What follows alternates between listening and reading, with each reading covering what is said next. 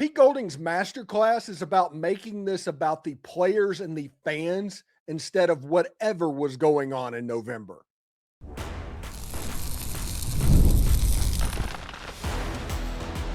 You are Locked On Ole Miss, your daily podcast on the Ole Miss Rebels, part of the Locked On Podcast Network, your team every day. Welcome to the Locked On Ole Miss podcast, the most watched Ole Miss podcast out there. I'm your host, Steven Willis, a 10-year veteran member of the national media with Yahoo Sports and a former Ole Miss staff member as well.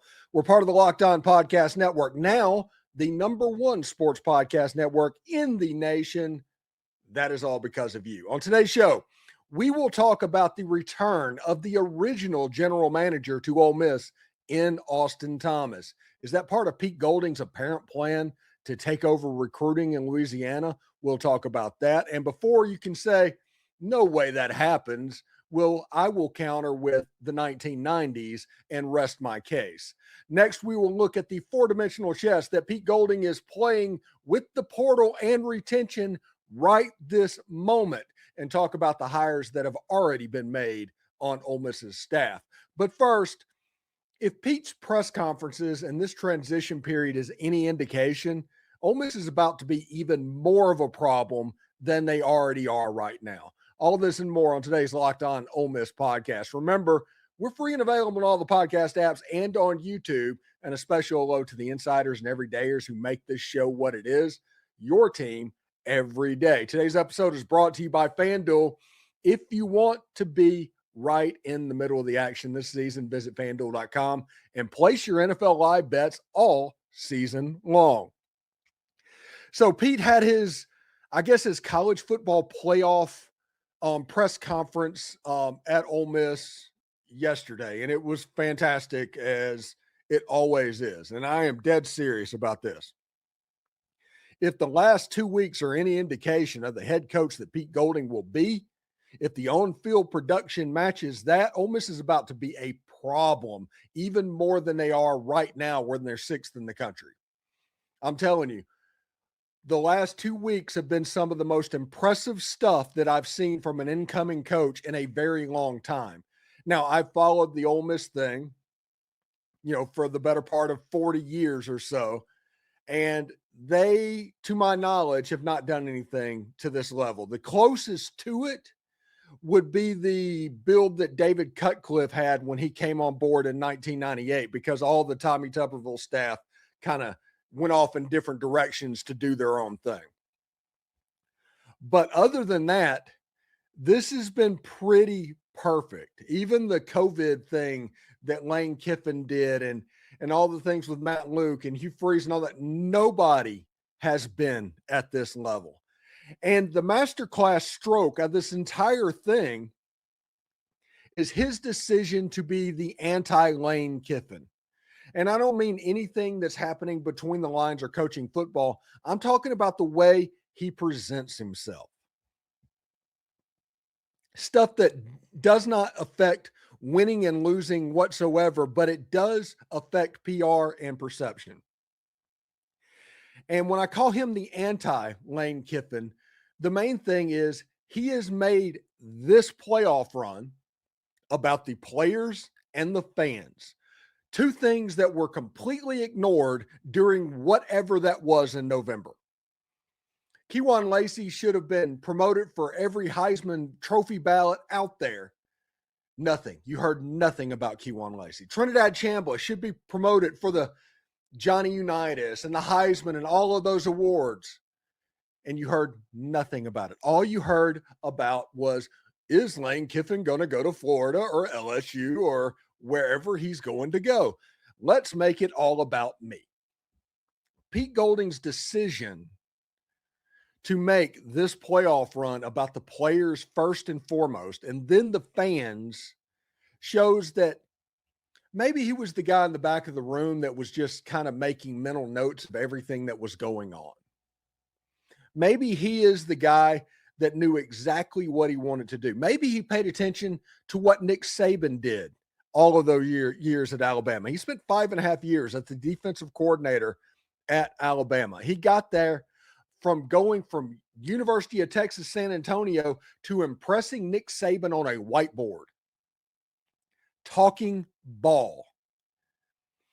So Pete Golding is very, very impressive in this situation.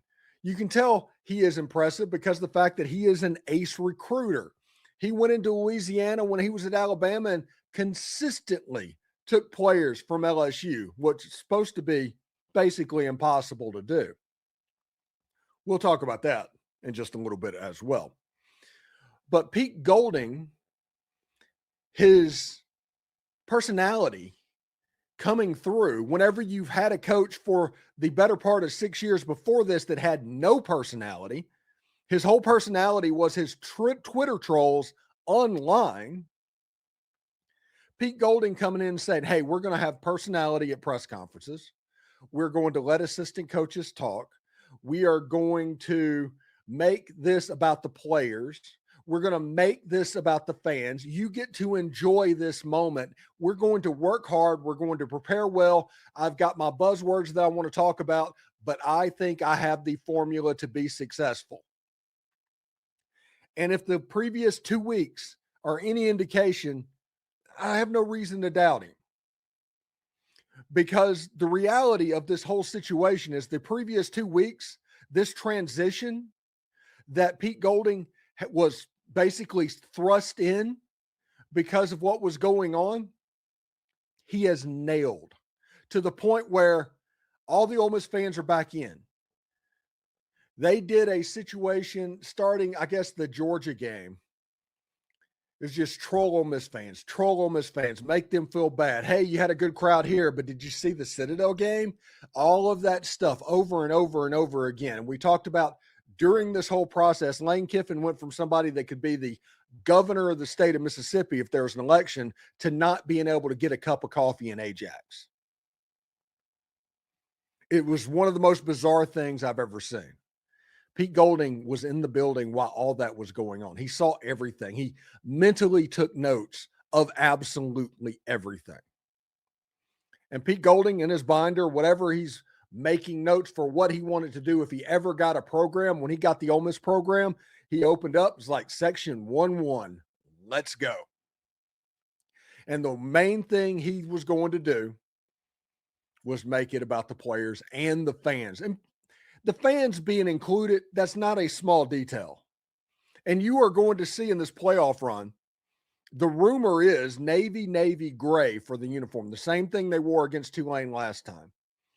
And I would like to personally see, I don't know if they still have them, but the red jerseys, the red road jerseys for them to wear against the Georgia Bulldogs with powder helmets or navy blue helmets. However you want to look at it, traditional look would be absolutely fantastic.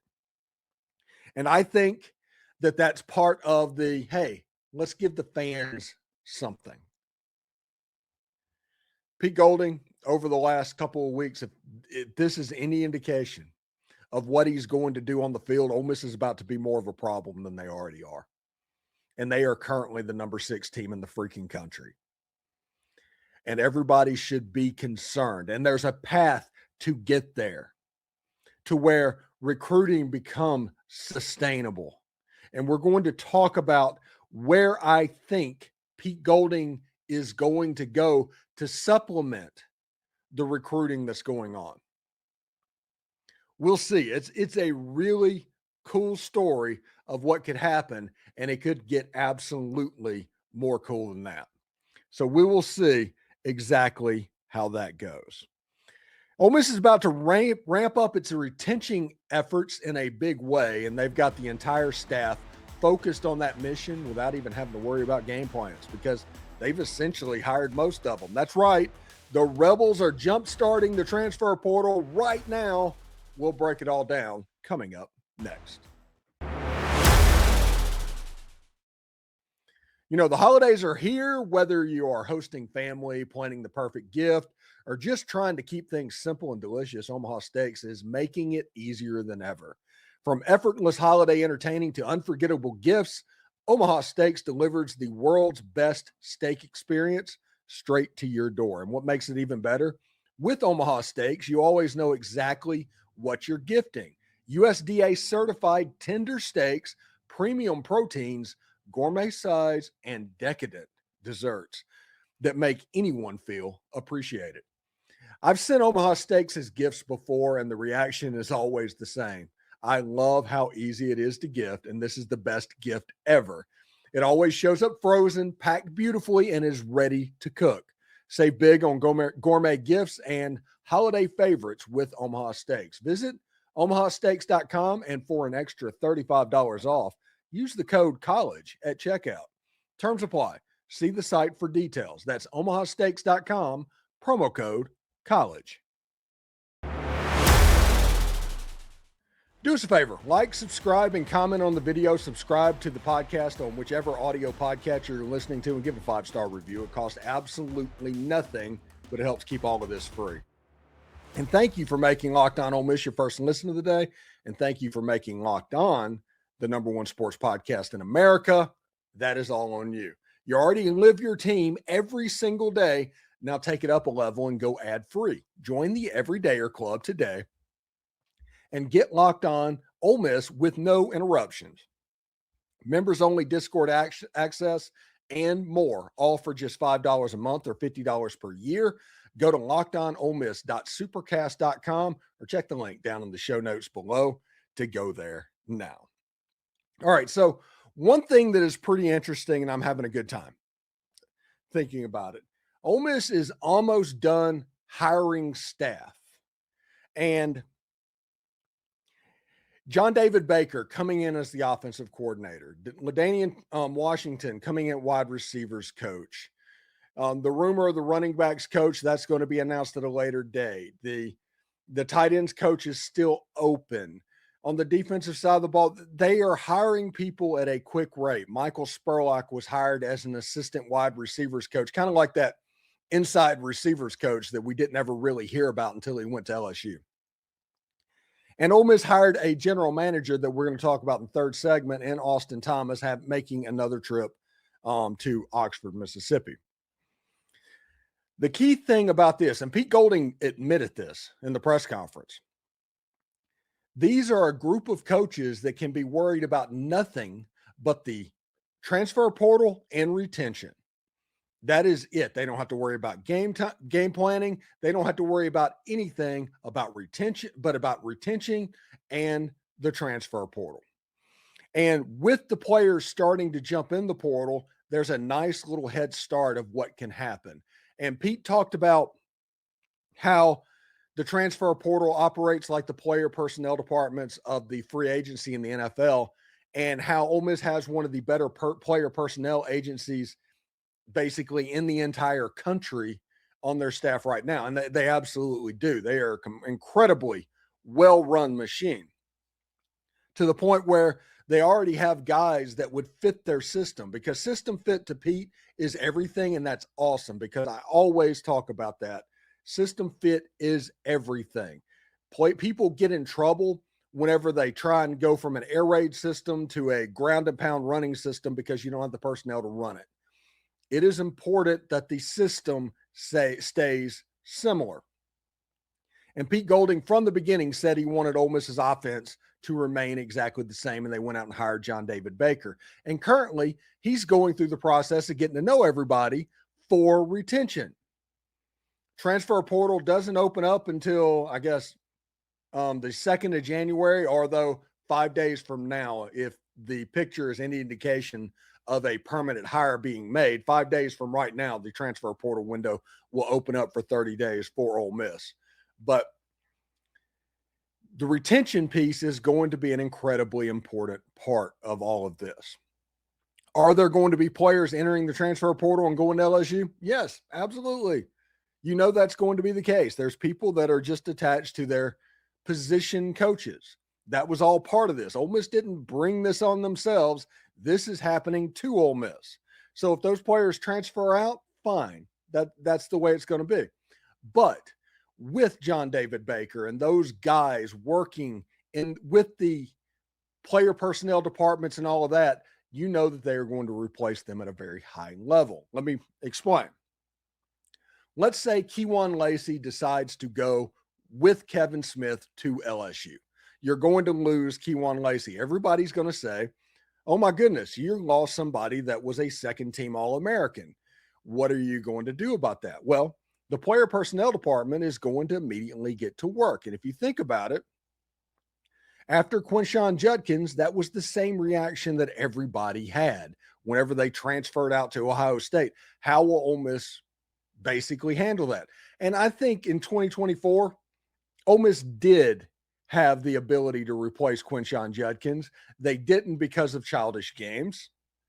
And this year, they went 1-for-1 with Quinshon Judkins. So within 24 months, there was a replacement for Quinshon Judkins on Ole Miss's campus. So I'm not worried about being able to find a high-level running back in the portal or even in high school recruiting, especially when Demarius Yates and Shakai Mills-Knight are currently on campus.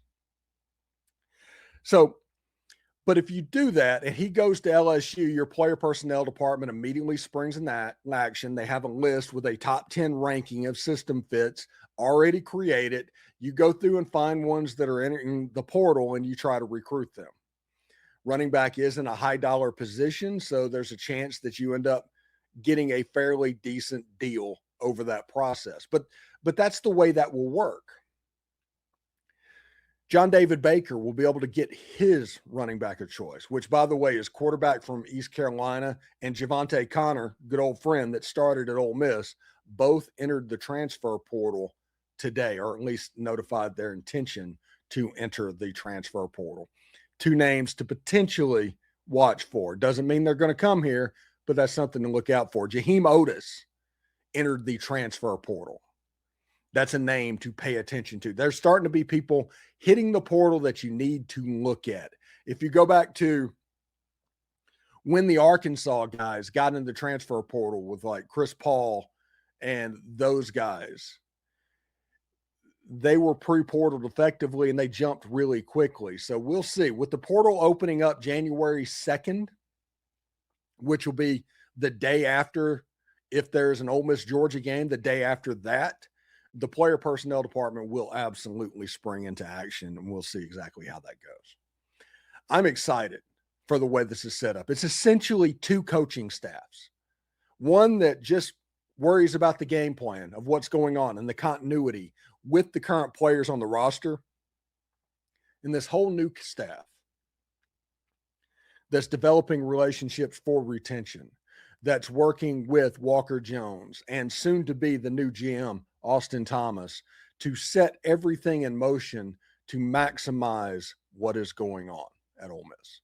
And Ole Miss, in my opinion, they have plans. They have deep, dark, evil plans for ways that they can take over. Now, will it work? I do not know, but it has a chance. It has a real chance to work, and there's just a couple of pieces left for that to happen. We will let you know exactly what is potentially the plan, because in our final segment, Austin Thomas, I should say, is back at Ole Miss. Something is happening. Something is happening. We'll speculate about that next. You know, the World Cup is coming back to North America for the first time since 1994. And with 48 teams for the first time ever, it is absolutely going to be massive. But let's be honest, getting tickets, that's usually the hardest part. That is why Game Time's app is so clutch. It finally gives the fans the real advantage when it comes to snagging seats. With Game Time, you can track price drops in real time, get alerts when great seats open, and buy tickets the moment they hit the app. It puts the power back in your hands, and it makes the World Cup going there realistic instead of impossible. You pull up the app, and the layout makes it so simple to scroll through the matchup and compare seat views, pick a game, tap a section, and have your tickets locked in within minutes. No confusion, no hunting for fine print. So take the guesswork out of buying World Cup tickets in every match, concert, or event with Game Time. Download the Game Time app, create an account, and use the code LOCKEDONCollege for $20 off your first purchase. Terms apply. Again, download the app, make an account, and use the code LOCKEDONCollege for $20 off. Swipe, tap, ticket, go. Download Game Time today. Late yesterday afternoon, it came through. I think it was Pete Nakos or maybe it was Matt Zenitz. It was whichever the guy was for whichever service that was between 24/7 and on through. Posted out that Austin Simmons was going to take the Ole Miss job. Now that's been rumored for a couple of days. In yesterday's podcast, that was mentioned on that as well. But it feels like it's down the road to the point where it can be pretty much ironclad. And there's one more name that everybody needs to pay attention to, but it probably won't be released until after the Texas Bowl, and that would be Frank Wilson coming to Oxford, Mississippi. There's still time for something to go weird. I understand that, but they're at the point where they're pretty far down the road right now. Austin Thomas went to LSU in 2016 and was given the title of general manager by Ed Orgeron, and it kind of revolutionized a new position. Now, it didn't really have one in 2016 because all of the calculations and financial stuff wasn't really a thing. But the moment and then NIL became a thing, the general manager became a really important piece. And Austin Thomas, he came here, I think, when Lane Kiffin took the job in 2020. He stayed until 2022. Lane Kiffin and Austin Thomas had a messy breakup. That's why Austin Thomas essentially got fired when he went to LSU. And basically, Austin Thomas has been kind of putting the band back together to kind of attack everything around LSU currently. Austin Thomas, he knows a good number of contacts inside the state of Louisiana. You add in a Pete Golding, who before all of this was able to get people out of Louisiana, including some four-star flips that have happened over the last couple of years from LSU. And then you have the Godfather of New Orleans, which we'll talk about a little bit later on. It's not finalized, but if that happens, there appears to be a real strategy going on right now. And that is that Ole Miss is going to supplement the talent that they can think they can get in the state of Mississippi, which they will always do as well as they want to do in the state of Mississippi, period. But supplement that with talent from the state of Louisiana. And before anybody says, well, that's not possible, LSU is going to pull the heartstrings on all of their players from the beginning, and outside people aren't ever going to be successful down there. I counter with this. Does everybody remember how Lane Kiffin recruited Mississippi over the last 6 years? Now, they did a decent job with the defensive lineman a couple years ago, but it could be argued that was Pete Golding. Ole Miss's best players have been on the defensive side of the ball in high school recruiting. Offensively, hasn't really been a thing. Now, they did get Caleb Cunningham. That was one that back then they got, and they flipped Jace Matthews in this cycle, but that's a Pete Golding thing, not a Lane Kiffin thing. But if you look at the way that Lane Kiffin recruited Mississippi, you can see how he's probably going to do the same thing in the state of Louisiana. I know everybody's going to tell yourself this is Louisiana, this is different, but a tiger doesn't necessarily change his stripes, so to speak. You're not going to instantly become a high school recruiter or a good recruiter when you don't like recruiting high school players. And Ole Miss, with Pete Golding, who has had success in that state already, adding Austin Thomas, who knows just about everybody in that state, and you bring in the Godfather of New Orleans, you bring in Washington at wide receiver, you can see how Ole Miss will recruit inside of Louisiana very effectively. It is one of those things that Pete Golding, knowing the weakness of Lane Kiffin, is positioning himself in a way to exploit it. And Austin Thomas directing people there once, and if they get Frank Wilson recruiting that area, that's going to be big. And all the contacts that have been made out of people from Louisiana, they're obviously going to be transfer portal grabs available.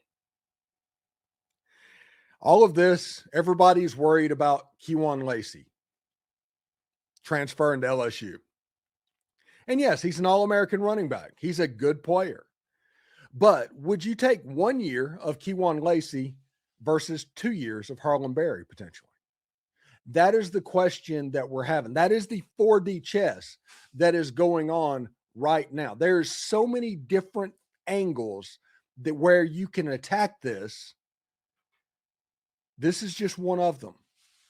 Austin Thomas being hired as the general manager, potentially Frank Wilson coming in, Kelvin Boulding coming back from LSU already. They are going to attack the state of Louisiana. And honestly, I'm here for it. It should be really cool to see and see exactly what they can do. Remember, the last time that Frank Wilson was at Ole Miss, you ended up with Ben Jarvis, Green Ellis, Mike Wallace, Kendrick Lewis, Kentrell Lockett. Lots of great players from the state of Louisiana just all of a sudden started coming up to Ole Miss. And you saw what that talent looked like in 2008. It doesn't matter that Ed Orgeron couldn't coach them. It matters that they were good players. And once they got good coaching, they really stood out. I'm excited to see exactly which direction this goes.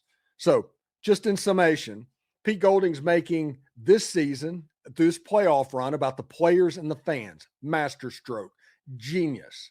He is hiring coaches that are already there to handle retention and the transfer portal that is opening up on January 2nd.